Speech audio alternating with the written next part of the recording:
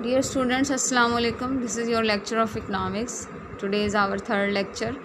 और आज हमने अपनी कौमी आमदनी की मेजरमेंट का जो तरीका हमने स्टार्ट किया हुआ था उसको हम कंटिन्यू करेंगे. आवर सेकंड मेथड इज़ आमदनी का तरीका. कौमी आमदनी की पैमाइश के इस तरीके में तमाम आमलीन पैदाइश के साल भर के मुआवज़ों की मजमूई मालियत का अंदाज़ा लगाया जाता है. मसलन साल भर का ज़मीन का लगान, मज़दूरों की उजरत, सरमाया, कर्ज़ा पर देने वालों को हासिल होने वाला सूद और आजरीन को मिलने वाले मुनाफाजात को जमा कर लें तो कौमी आमदनी के मुसावी होगा. ये तरीका भी दरअसल पहले तरीके से मिलता जुलता है. पहले तरीके में हमने पैदावार की कीमतों की मजमूई मालियत को कौमी आमदनी कहा है और ये कीमतें अशर खिदमात पैदा करने वाले आमलीन पैदाइश को लगान, उजरत, सूद और मुनाफे की सूरत में हासिल होती हैं. इसलिए दोनों तरीक़ों में एक ही पैदावार को मुख्तलिफ़ अंदाज में शुमार किया गया है. इस तरीके के तहत कौमी आमदनी की मेजरमेंट करते हुए हमें कुछ प्रिकॉशंस को देखना पड़ता है, जिसमें सबसे पहले ट्रांसफ़र पेमेंट्स हैं, यानी ये इंतकाली अदायगियाँ कहलाती हैं. ये वो आमदनी है जिसके लिए कोई पैदावारी काम ना किया जाए, मसलन पेंशन, वज़ाइफ, तहाइफ, ज़कात, खैरात, इनाम वगैरह. और इन तमाम आमदनियों से क्योंकि पैदावार में कोई इजाफ़ा नहीं होता, इसलिए उन्हें कौमी आमदनी में शुमार नहीं किया जाता. उसके बाद इल्लीगल अर्निंग्स हैं, यानी गैर कानूनी आमदनी. कौमी आमदनी में गैर कानूनी ज़राए मसलन रिश्वत, चोर बाज़ारी, ज़ख़ीरा अंदोज़ी, स्मगलिंग वगैरह से हासिल होने वाली आमदनी शामिल नहीं होती. इसको हम उसमें से एक्सक्लूड करते हैं. और थर्ड हमारा जो मेथड है वो एक्सपेंडिचर मेथड है, अखराजात का तरीका. इस तरीक़ा पैमाइश के मुताबिक मुल्क के तमाम बाशिंदों की मुख्तलिफ़ अशिया और ख़िदमात पर होने वाले अखराजात को हम जमा करते हैं, जिससे कौमी आमदनी की पैमाइश होती है. इन अखराजात को हम 4 हिस्सों में तकसीम करते हैं.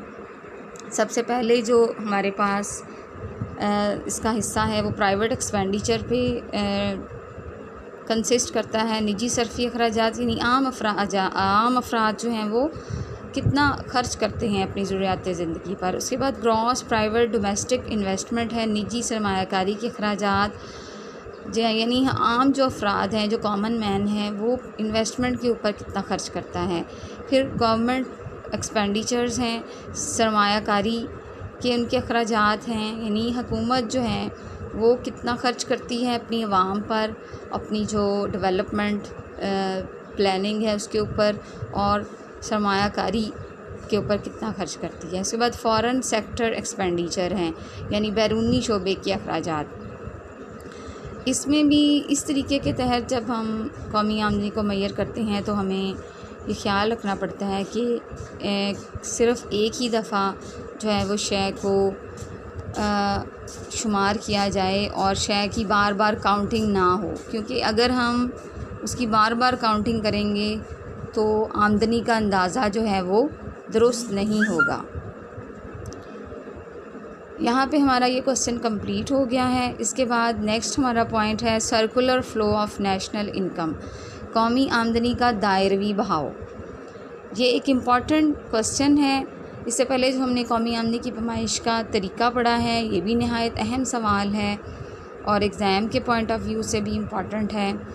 अब हम देखेंगे कि कौमी आमदनी का दायरवी बहाव क्या है. किसी भी मईशत में घराने और कारोबारी अदारे 2 इम्पॉर्टेंट सेक्टर्स जो हैं वो काम कर रहे होते हैं और कौमी आमदनी मुख्तलिफ़ शक्लों में इन्हीं 2 सेक्टर्स के दरमियान गर्दिश करती रहती है. कभी कारोबारी अदारों से घरानों की तरफ और कभी घरानों की तरफ से कारोबारी अदारों की तरफ हरकत करती है. और कौमी आमदनी की इसी गर्दिश को हम उसका दायरवी बहाव कहते हैं. अब देखिए हमारे पास इस डायग्राम के 2 पोर्शंस हैं. पहला हिस्से में हमारे पास घराने हैं और दूसरी साइड पे हमारे पास कारोबारी अदारे हैं. अब घराने जो हैं वो क्या करते हैं, मुख्तलिफ़ जो आमलीन पैदाइश हैं, मसलन ज़मीन, मेहनत, सरमाया और तंजीम, इनकी जो खिदमात हैं वो कारोबारी अदारों को पेश करती हैं. जैसे कि मुख्तलिफ़ एरोज़ से भी इसको जो है वो शो किया गया है कि घराने आमलीन पैदाइश की खिदमात कारोबारी अदारों को दे रहे हैं. और कारोबारी अदारे क्या करते हैं, इन अदारों को ये जो खिदमात हैं जो आमलीन पैदाइश की, उनको इस्तेमाल में लाकर मुख्तलिफ़ किस्म की अशिया प्रोड्यूस करते हैं. नीचे जैसे कि डायग्राम के आखिरी हिस्से में देखें, कारोबारी इदारे अशिया और ख़िदमात बनाकर घरानों को प्रोवाइड कर रहे हैं और अपनी इन खिदमात के इवज़ वो मुआवज़ा लेते हैं घरानों से, यानी ज़मीन का लगान, मेहनत की उजरत, सरमाए का सूद और तंजीम का मुनाफा। ये सब मुआवजे हैं आमलीन की जो खिदमात हैं उसके। जैसा कि हम ऊपर वाले डायग्राम के हिस्से में देख सकते हैं कि आमलीन के मुआवजे जो हैं इन फॉर्म ऑफ लगान, उजरत, सूद और मुनाफा कारोबारी इदारों वापस दे रहे हैं घरानों को। और घराने कारोबारी इदारों को क्या करेंगे, जो अशिया और ख़िदमात कारोबारी इदारे प्रोड्यूस करके घरानों को देंगे, वो इन रिटर्न अशिया और ख़िदमात की कीमतें जो हैं वो कारोबारी इदारों को दे देंगे। इस तरह से आमदनी का एक चक्कर जो है वो चलता रहता है और आमदनी जो है वो घूमकर घरानों से कारोबारी इदारों और कारोबारी इदारों से घरानों की तरफ जो है वो गर्दिश करती रहती है। इसलिए हम इसको कौमी आमदनी का दायरवी बहाव कहते हैं। अगर हम देखें तो शक्ल के ऊपर वाले हिस्से के मुताबिक कौमी आमदनी आमलीन के मुआवज़ों का मजमुआ है। कौमी आमदनी की पैमाइश के तरीक़ों में बयान भी हम कर चुके हैं कि हम आमदनी के मजमुए को इस तरह से, यानी आमलीन के मुख्तलिफ़ मुआवज़ों को अगर हम जमा कर लें तो हम हासिल कर सकते हैं। जबकि निचला जो हिस्सा है वो अशिया और ख़िदमात की कीमतों को जमा करने से हमारे पास कौमी आमदनी जो है वो आ जाएगी। इस तरह तमाम तैयार करदा अशिया और ख़िदमात सार्फिन या घरानों को मुंतकिल हो जाती हैं और घराने इनकी कीमतों की सूरत में तमाम कौमी आमदनी दोबारा कारोबारी इदारों को वापस कर देते हैं। इस सूरत हाल को हम कौमी आमदनी की पैमाइश का कुल अखराजात का तरीका कहते हैं। आवर नेक्स्ट टॉपिक इज़ सर्फ, बचत और सरमायाकारी। ये मुख्तलिफ़ कॉन्सेप्ट्स हैं, ठीक है। और इसमें हम सबसे पहले देखेंगे कि सर्फ क्या होता है, कंजम्पशन क्या होती है।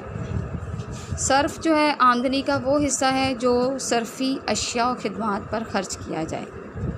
सर्फ के दो पार्ट्स हैं, यानी दो कंपोनेंट्स हैं, दो कॉन्सेप्ट्स हैं इसके।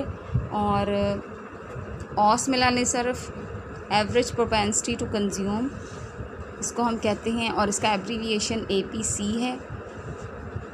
APC is the relationship between total consumption and total income in a given period. इसमें हम इसको C से हम शो करते हैं। C is a function of Y। It means कि हमारा जो कंजम्पशन है दैट डिपेंड्स ऑन Y। अगर हमारी Y जो है और इसके साथ पॉजिटिव लिंक है, पॉजिटिव रिलेशनशिप है, अगर Y हमारी बढ़ती है यानी इनकम हमारी इंक्रीज़ होती है तो हमारी कंजम्पशन भी बढ़ जाएगी। और मैथमेटिकली हम इसको इस तरह से लिख सकते हैं जैसे कि बुक पे उन्होंने दिखाया है APC is equal to C/Y, यानी सर्फ को टोटल जो कंजम्पशन है उसको हम ऊपर रखेंगे और आमदनी को नीचे रखेंगे तो हमारे पास औसत मिलाने सर्फ जो है वो आ जाएगा। अब दूसरा जो इसका कॉन्सेप्ट है वो मुख्ततम मिलाने सर्फ है। आमदनी में तब्दीली से सर्फ में जो तब्दीली आती है उन दोनों की बाहमी निस्बत को हम मुख्ततम मिलाने सर्फ कहते हैं। और इसको हम मैथमेटिकली इस तरह से लिख सकते हैं MPC is equal to delta C/डेल्टा Y, यानी चेंज इन इनकम की वजह से चेंज इन कंजम्पशन क्या है। फॉर एग्ज़ाम्पल अगर मेरी आमदनी बढ़ गई है तो उसकी वजह से मेरे सर्फ में कितनी तब्दीली आई है उसको हम मुख्ततम मिलाने सर्फ कहते हैं।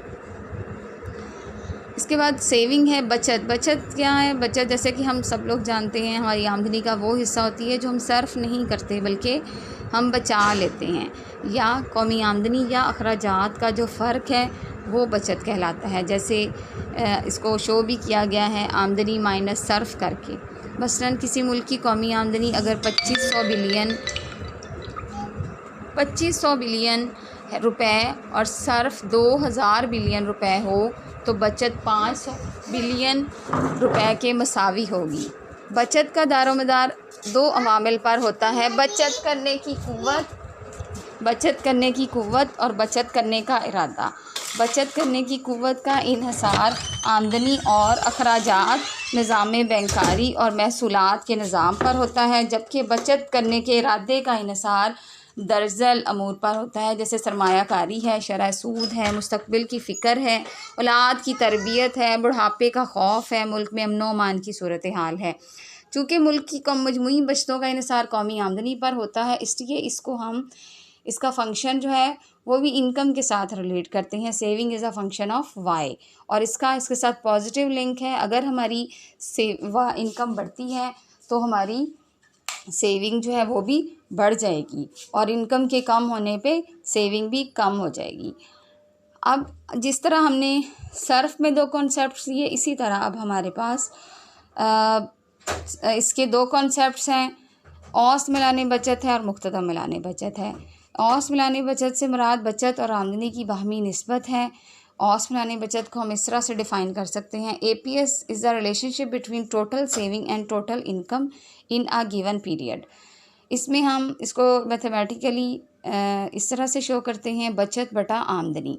टोटल जितनी बचत होती है उसको टोटल आमदनी से डिवाइड कर देते हैं, तो औसत मिलाने बचत हासिल हो जाता है।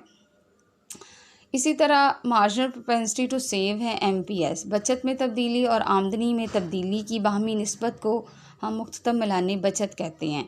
इसे मैथमेटिकली हम इस तरह से लिखते हैं: MPS is equal to delta S over delta Y, यानी आमदनी में तब्दीली आने से हमारी बचत में कितनी तब्दीली आई है। तो जैसे कि अगर किसी फ़र्द की आमदनी जो है वो पहले से बढ़ जाती है, तो उसकी वजह से वो अपनी बचत में कितनी चेंज कर पाता है, इसको हम मुख्ततम मिलाने बचत कहेंगे। तो ये जो कॉन्सेप्ट्स हमने आज पढ़े हैं, ये आगे चल के हमें बहुत ज़्यादा जो है हमारे लिए हेल्पफुल होंगे। मतलब हर जगह पे हम जब APC MPC और इसके बारे में पढ़ेंगे तो यकीनन हमें इससे जो है इसके कॉन्सेप्ट हमारे लिए क्लियर होंगे। इसके बाद सरमायाकारी है।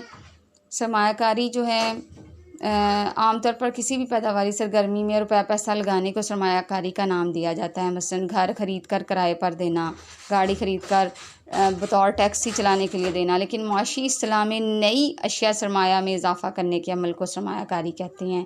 मसलन नए कारखाने लगाना, मशीनें और आलात वगैरह। लिहाजा सरमायाकारी से मुराद अफराद की बचाई हुई रकूम को ऐसे कामों या मंसूबों में लगाना जहाँ से मज़ीद आमदनी हासिल होने की उम्मीद हो, उसे हम सरमायाकारी कहते हैं। अब सरमायाकारी जो है इसकी 2 किस्में होती हैं। ख़ुद इख्तियार सरमायाकारी है, ये वो सरमायाकारी होती है जो आमदनी से मुतासर नहीं होती बल्कि जूं की तूं रहती है। मिसाल के तौर पर सड़कों की तामीर, पुलों की तामीर वगैरह। और तरगीब याफ्ता सरमायाकारी जो इसका दूसरा कॉन्सेप्ट है, ये वो सरमायाकारी है जो आमदनी में तब्दीली से मुतासर होती है। मसलन आमदनी बढ़ने से बढ़ जाती है और आमदनी के कम होने से कम हो जाती है। मिसाल के तौर पर फैक्ट्री की इमारत है और मशीन है, ये तो खुद इख्तियार सरमायाकारी हैं, लेकिन फैक्ट्री में जो अशिया हम बनाएंगे उसके ऊपर उठने वाले जो अखराजात होंगे वो तरगीब याफ्ता सरमायाकारी जो हैं वो कहलाएंगे। आज के लिए इतना ही काफ़ी है। सो आप इसको लर्न कीजिएगा, और कल हम फिर नेक्स्ट टॉपिक पढ़ेंगे। सी यू टुमारो। अल्लाह हाफिज़।